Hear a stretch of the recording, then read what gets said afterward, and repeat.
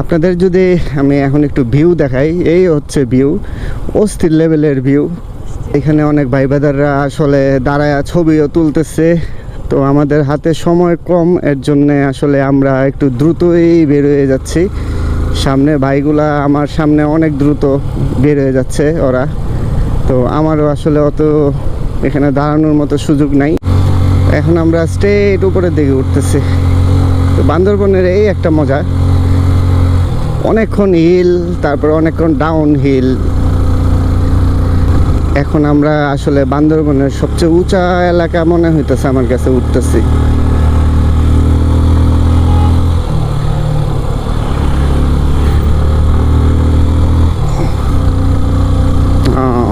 আচ্ছা, তো এখান থেকে নীলগিরি দেখাচ্ছে 21 কিলোমিটার, আর বর্তমানে আমরা চিম্বুক পাহাড়ে আছি।